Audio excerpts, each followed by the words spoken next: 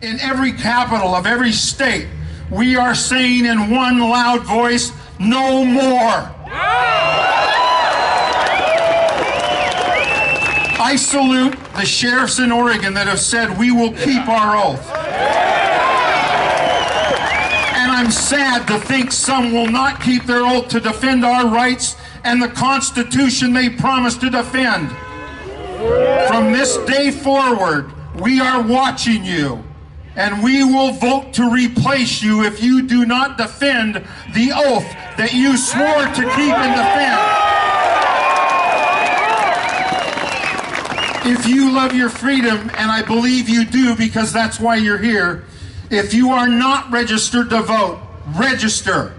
We will beat them at the ballot box. Freedom is never free. Our forefathers paid for it in their time. Now it is our time. So your children and your grandchildren will know the freedom that you and I know. So I say, never on my watch. Thank you for coming out today. You are all patriots. I am humbled and proud to be standing with you. God bless you, and God bless the United States of America. A well-regulated militia being necessary to the security of a free state, the right of the people to keep and bear arms shall not be infringed.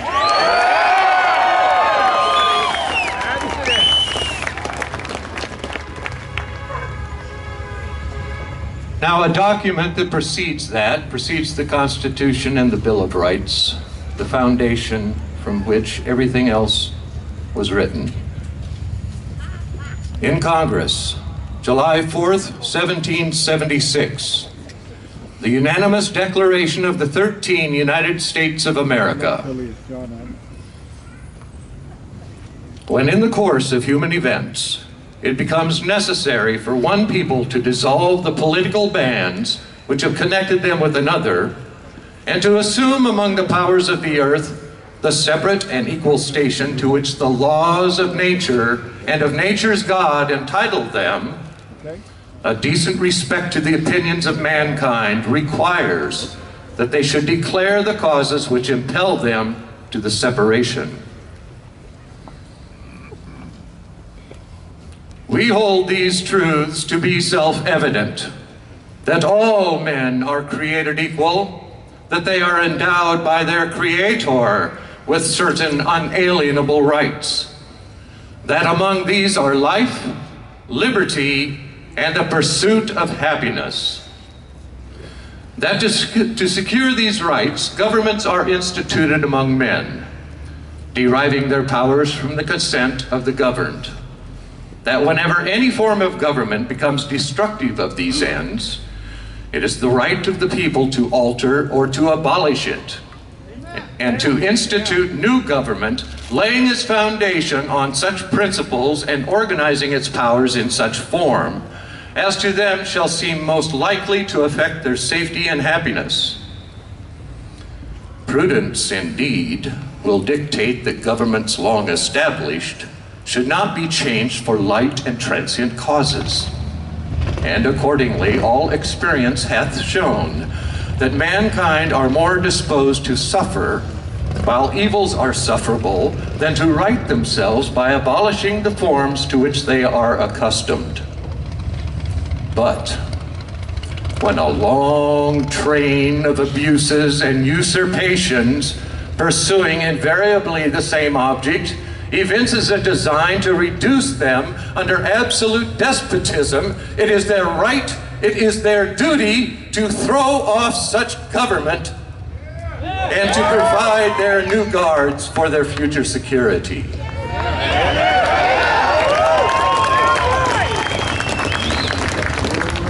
Such has been the patient sufferance of these colonies, and such is now the necessity which constrains them to alter their former systems of government. The history of the present King of Great Britain is a history of repeated injuries and usurpations, all having a direct object the establishment of an absolute tyranny over these states, To prove this, let facts be submitted to a candid world. Thank you. Now hang on a second. Let's talk about the First Amendment for a minute. Do you think that our founding fathers intended, if we want to use this argument, for the First Amendment to give us the internet invented by Al Gore that would have pornography on it that our kids could see by accident? Because the founding fathers weren't prophets. They didn't know what was going to happen in the future, but they knew that we were people that had a certain way about us, and that we were freedom lovers and liberty lovers, and that we would sort it out as we went forward into the future. And I think the founding fathers would be very proud of how we've conducted ourselves through the last couple of 100 years. But occasionally there's a blip, and we have a blip going on right now. Thank you for coming here to help address the blip. I'll let you discuss amongst yourselves what the blip is. He has more hair than I do, although it's a little shorter, and anyway, thank you. He's not good looking either.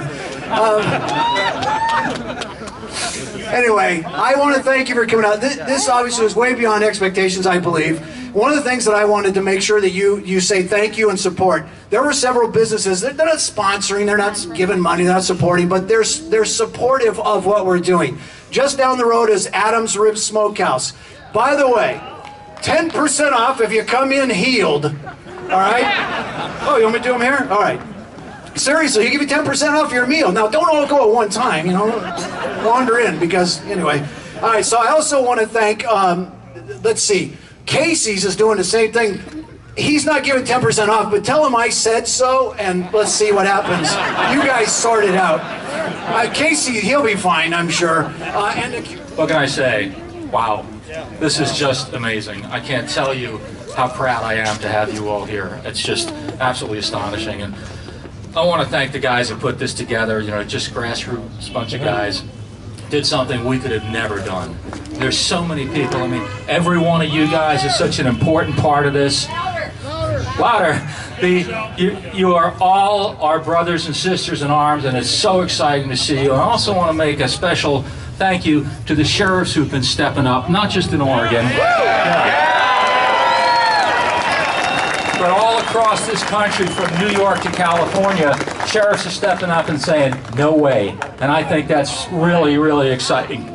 And also I want to say to the sheriffs who haven't stepped up, it's about time you do that.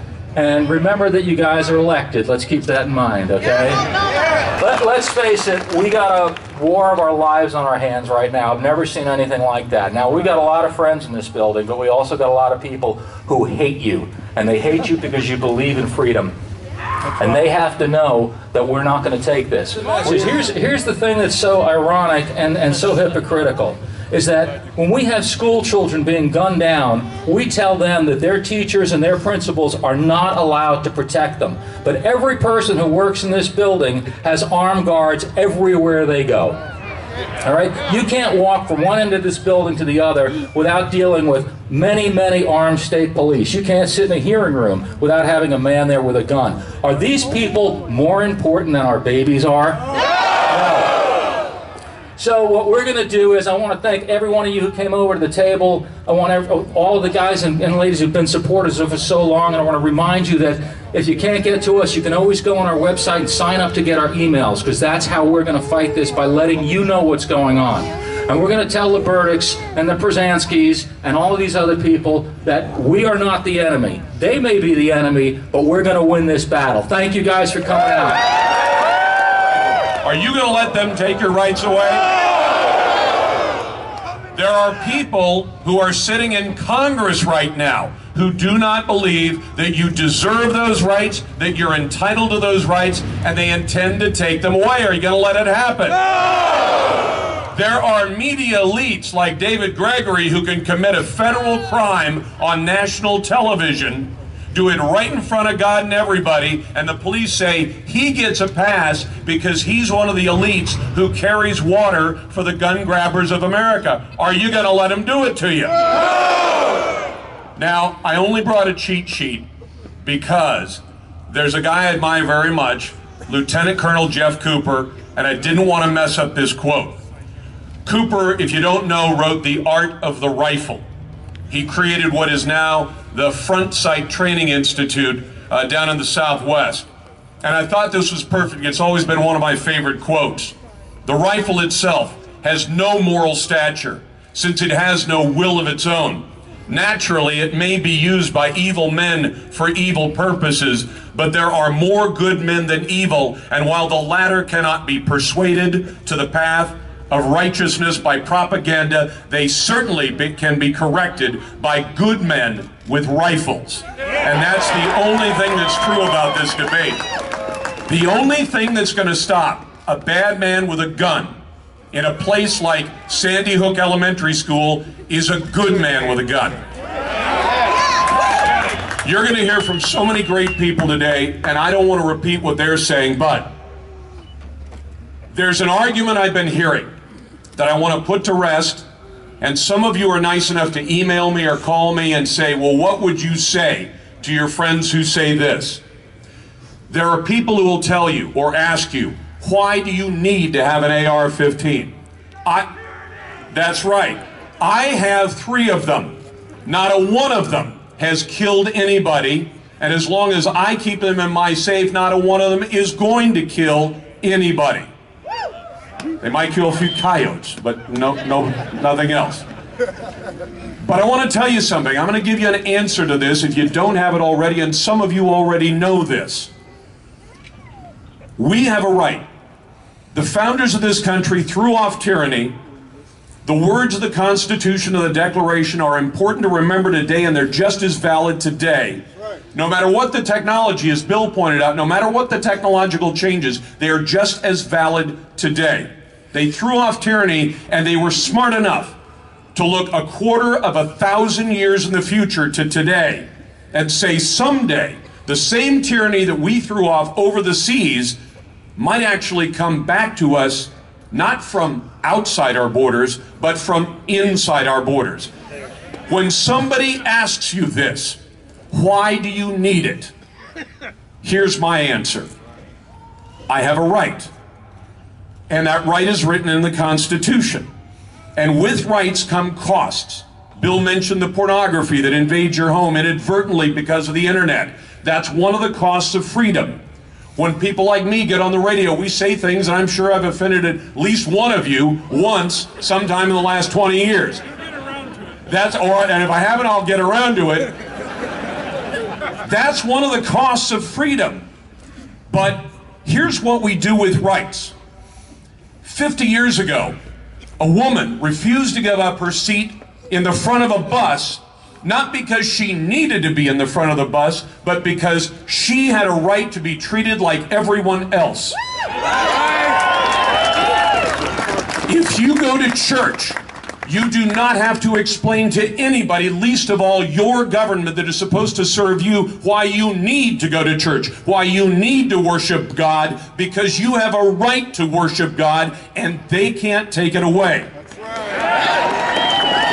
And when I go to work, because my workplace respects my Second Amendment rights, I carry a gun every day. When I go to a shopping mall or to church, when I go to a cinema, when I watch a movie, when I walk around in public, I carry a gun, and I could give you 1,000 great reasons to have the gun with you that I could say are my need. But I don't even need to get to that, because I don't need to state a need to my government to justify my rights. I have a right to carry a gun, and the government won't and shouldn't take it away from me or you or anyone else in this great country. Thank you so much for being patriots, and thanks for showing up on a cold day like today and supporting the Second Amendment and the United States Constitution.